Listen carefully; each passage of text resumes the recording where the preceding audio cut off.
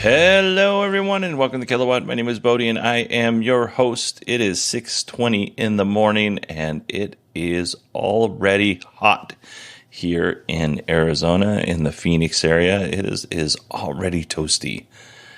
We had a nice summer all the way up to this point, but it looks like those days are coming to an end, and it is now time to be miserable until November. Yay.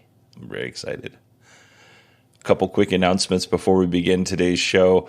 Shuffle Playlist, which is a podcast I do with my buddy Chris. It's a music podcast. The episodes are usually less than 10 minutes. Occasionally they pop over 10 minutes, but usually they're less than 10 minutes.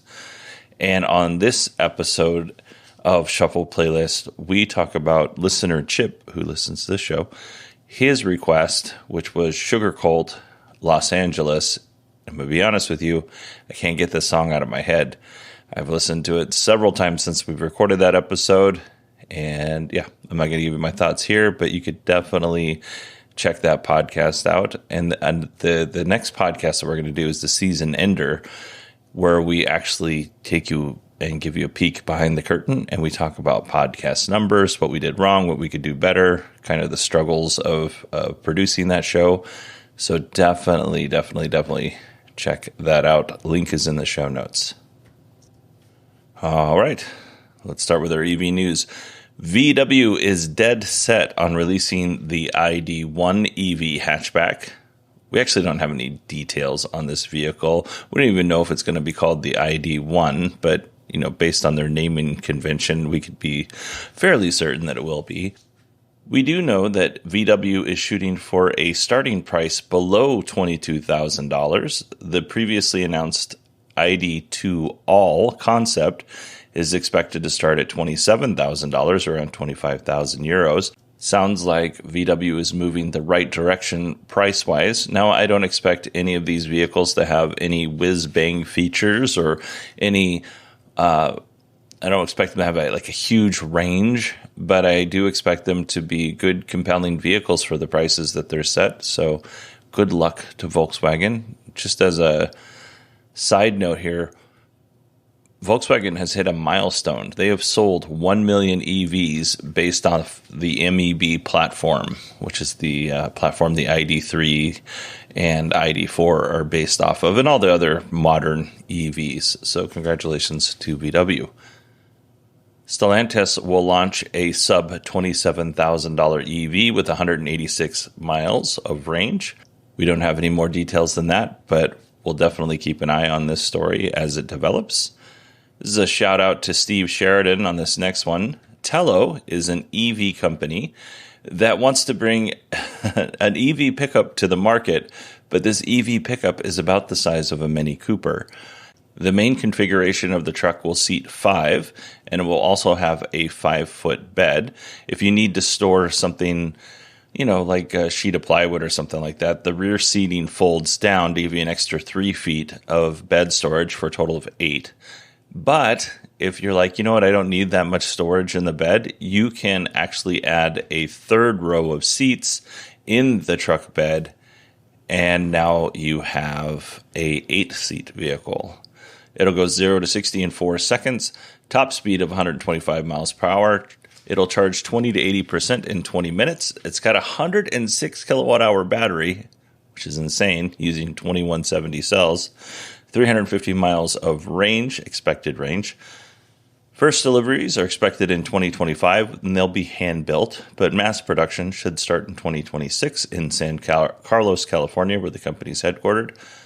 The base price of this vehicle, $49,999. You can reserve it for $152, which is $1 for every inch of length for the truck.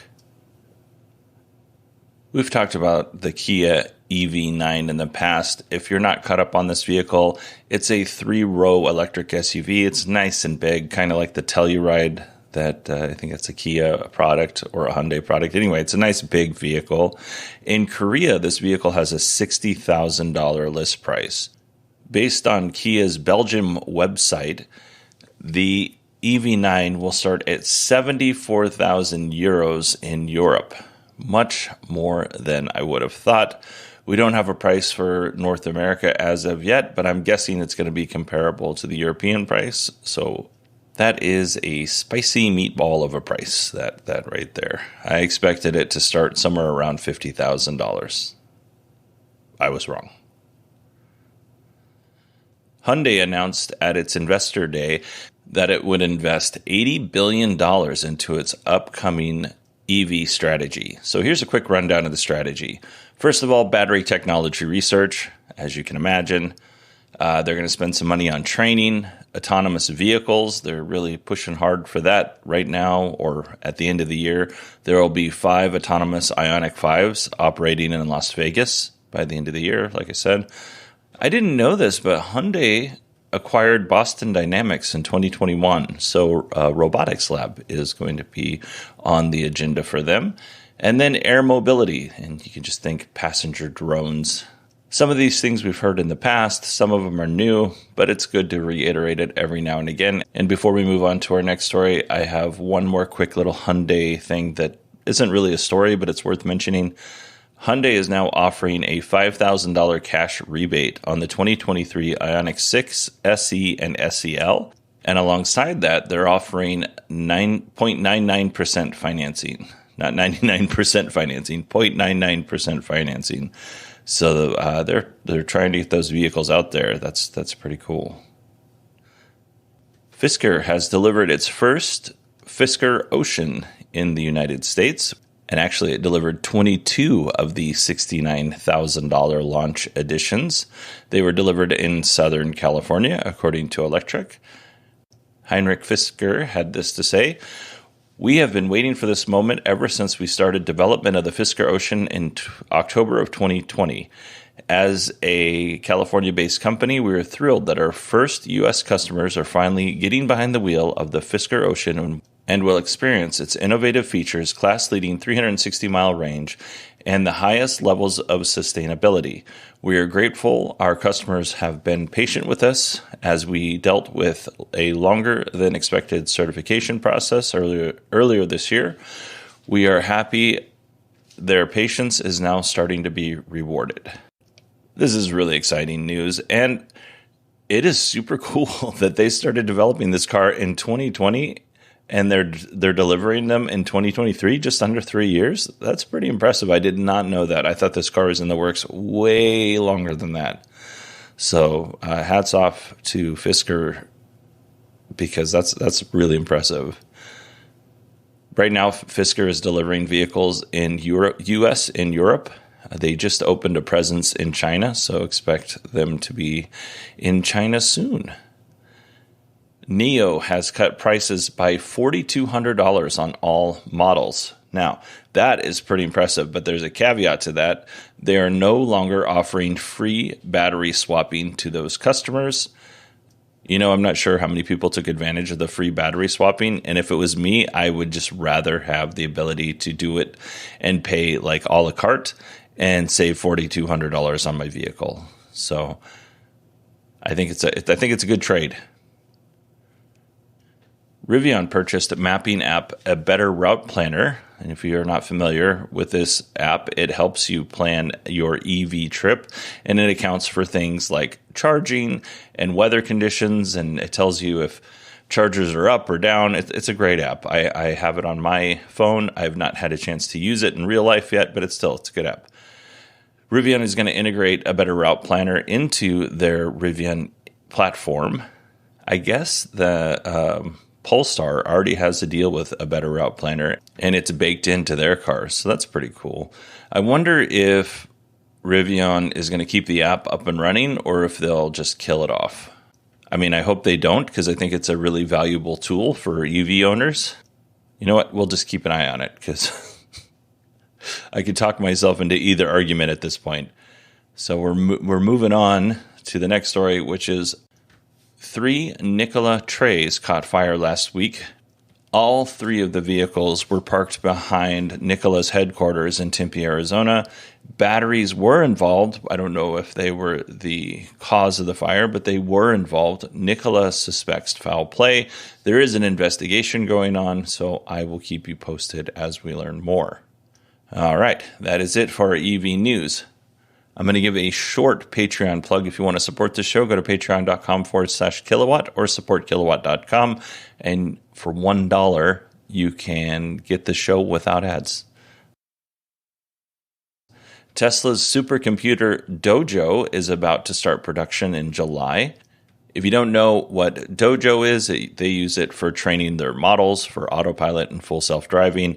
And then it's also going to help with the Tesla bot as well. So that's exciting. It's a really impressive piece of technology. And I would imagine that they're going to license that technology out to other automakers or anybody else who needs a supercomputer. Let's see here. Let's do a quick Cybertruck update here. It looks like production for the Cybertruck is coming along. I guess they had boards up in the windows to block the drones from being able to see in where they were building the Cybertruck. They've taken those boards down, so there's drone operators just flying over the factory and peeking in. Kind of weird, peeking into the facility there, and they are currently building Cybertrucks. I would imagine that none of these builds are production trucks yet. I believe they're still alpha trucks, but it's a good sign. And then Tesla is doing some winter testing in New Zealand on the Cybertruck, and that's pretty cool. And Franz von Holzhausen showed off a recent prototype of the Cybertruck at the Peterson Auto Museum. This was electrified cars and coffee. Seems like a fun event. The Cybertruck looks really good. There's video of it if you just kind of Google Cybertruck LA and it'll come up because it's recent. But it really does look like a cool truck. I'm not sad that I bought my Model Y because I don't think I would have been able to afford the Cybertruck where it's going to be priced. But I am excited to see the final product because it looks really good. And finally, Tesla has produced over 10 million 4680 battery cells, and those cells are going into Model Ys and the Cybertruck. So congratulations to that team. All right, let's move on to our next story. Florida has blocked direct-to-consumer car sales in the state. When I first read the headline for this, I was a little upset because I was like, why would you do that? That seems very foolish. But there's a caveat. If an automaker has never had a manufacturer-dealer relationship, then that automaker can sell directly to a consumer. So that means companies like Ford, GM, Stellantis, and Mercedes, they can't sell directly to the consumers. They have to go through their dealers. Companies like Rivian, Lucid, Tesla, Fisker, and a few more that I'm forgetting, they are able to sell directly to consumer. I don't agree with this, but it's not as bad as the initial headline that I read made it sound. So, yeah, I think that if you're a manufacturer and you have contracts with your dealers, then you should honor those contracts. If you've never had a contract with a dealer, then I don't know where this would be a problem. Yeah. So just so you know, if you are a Florida resident, you cannot buy a Ford Mach-E directly from Ford. You have to use a dealer. If you want to buy a Tesla, you're good. You can buy it directly from the company. Ooh, I am losing my voice here. So we're coming close to wrapping this up. The top 4 most American-made cars in the United States are all Teslas. The Model Y, X3, and S are America's most American-made companies. And then kind of as a side note here, the British version of Auto Trader named the Model Y 2023's best-selling family car, to which I say, cool. All right, let's go ahead and get to our final story. This comes from evstation.com. They have a North America charging standard adoption tracker. This is formerly Tesla's charging adapter. Now they have this standard. Before we get into who's adopting it, and I'm only going to cover the notable companies, the companies that you've probably heard of, because there's a lot of companies doing this. I'm just going to be a quick update on companies who have not yet adopted it and why. So first up, Hyundai is looking into it. They're, considering whether it's good for their customers or not. Stellantis says they're not ready to adopt the standard yet. Elon really wants Toyota to adopt the standard, but I haven't seen Toyota mention anything. Lucid Motors is open to adopting the standard, and Peter Rawlinson, the CEO of Lucid, has thoughts on this. I'm going to hold off on playing that clip until Friday's episode, so we'll hear that on Friday. We'll also get some clips, some audio from Mary Barra, the CEO of GM, on the Chevy Bolt on Friday as well. All right, let's go ahead and jump into this EV station North America charging standard adoption tracker. First up, Aptera. Aptera is the three-wheeled electric vehicle, two-seater. That vehicle, Aptera actually was lobbying Tesla for a long time to use their charger, so it's no surprise that they are planning on adopting it. Let's see here. We have, I just scrolled down too far, Autel Energy, which does charging hardware. They're looking at 2024 sometime of adoption. Blink, 2023, charging hardware and a charging network. Charge Lab, which does software, that's available now. ChargePoint, it'll be available soon for ChargePoint, which is a charging network here in the US. EVgo, which is another charging network. Let's see here. Flow Charging, which is charging hardware. Of course, Ford and General Motors. Let's see. Electron, which is charging hardware. That's available now. Rivian is adopting it. I don't know if we talked about that. That's going to be sometime spring of 2024 for the adapter and 2025 for the NACS ports. Of course, Tesla uses this. I don't know if you're aware of that. The Texas DOT says that all new DC fast chargers will be required to have a NACS adapter on it. It also have to have one CCS adapter as well. So that is cool. Wall box chargers. And the state of Washington has a similar law that the state of Texas does. So as more companies come in and adopt this, companies of note, we'll definitely talk about that. But there's something like 30 or 40 companies on this list.